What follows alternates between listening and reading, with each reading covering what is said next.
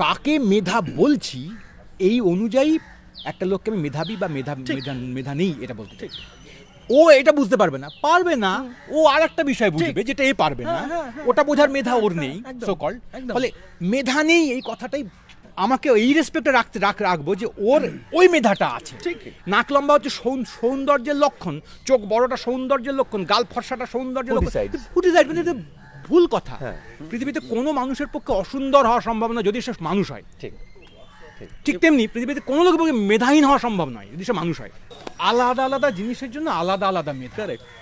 আমি বিশেষ মেধায় পারদর্শী নই মানে আমি পারদর্শী নই, এইটা হচ্ছে ওই খেলা, ওই যে খেলা মানে ওই যে খেলার নিয়ম তৈরি করে দিচ্ছে বাবু আগে যে এইগুলো মেধা। আরে ও তো পারবে না ওগুলো, আরে পারবে না, ওকে তুই আনছিস কেন খেলায়? আমি দাবা খেলতে পারি না, আমাকে তুই দাবা খেলায় বসিয়ে বলছিস তোমার তুমি বোকা। আজ আমি গান গাইতে পারি, তুই গান গাইতে আয়, তুই দেখ না আমার মেধা আছে কি মেধা।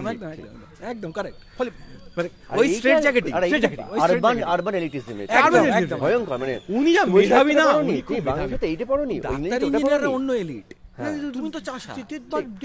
কিন্তু ও যদি এটা না করে তোমার যে ডাক্তারিটা থাকবে না।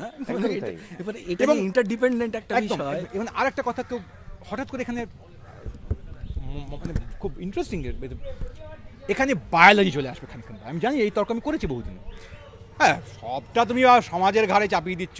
বায়োলজি, জিনের কি কিছু নেই? জিনের মধ্যে মেধার ব্যাপার কি কিছু আছে?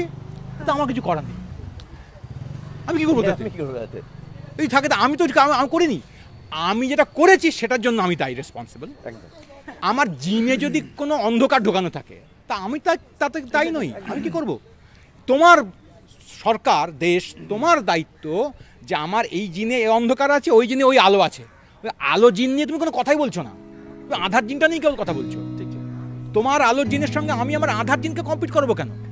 তোমার আধার জিনের সঙ্গে আমি আধার জিন কম্পিট করাও, আজব থিওরি না? তুমি তোমার কিছুতেই করতে দেবো না। আর যদি জিনে আমার মেধা না থাকে তো কর ওই মেধা, আমার কোনো দোষ নেই, তার জন্য আমি অসম্মানিত হতে। আমার পরিবারে ডায়াবেটিস জেনেটিক, তো কি করবো? আমি কি করতে পারি?